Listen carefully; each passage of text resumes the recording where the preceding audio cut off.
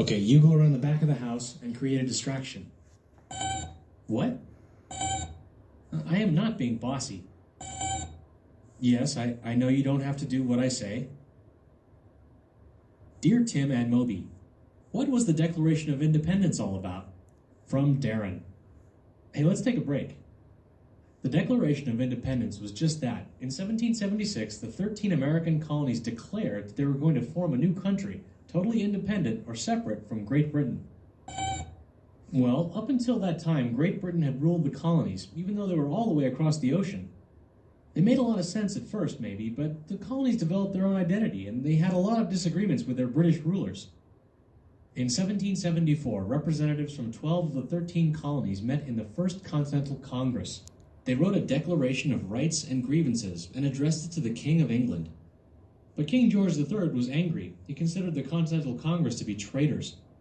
In 1775, British and American troops faced off in battles at Lexington and Concord. Later that year, the Second Continental Congress met to decide what to do next. A lot of colonists were still against declaring independence from England. Then in January of 1776, Thomas Paine's pamphlet, Common Sense, came out. He argued that since the colonies got nothing out of their relationship with England, it was common sense to become independent. His forceful argument won over a lot of people.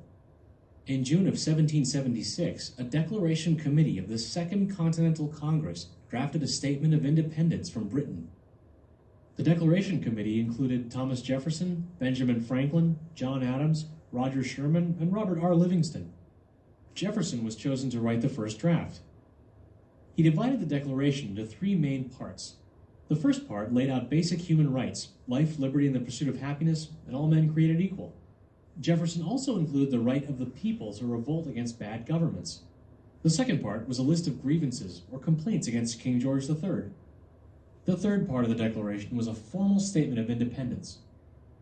John Adams and Ben Franklin made a few minor edits to Jefferson's draft, but overall they were pretty happy with it. The Continental Congress adopted the Declaration of Independence on July 4th, 1776. Yeah, that's why we celebrate Independence Day on July 4th.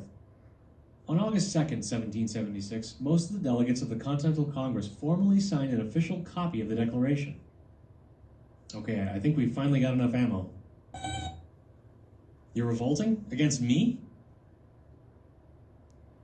Uh-oh.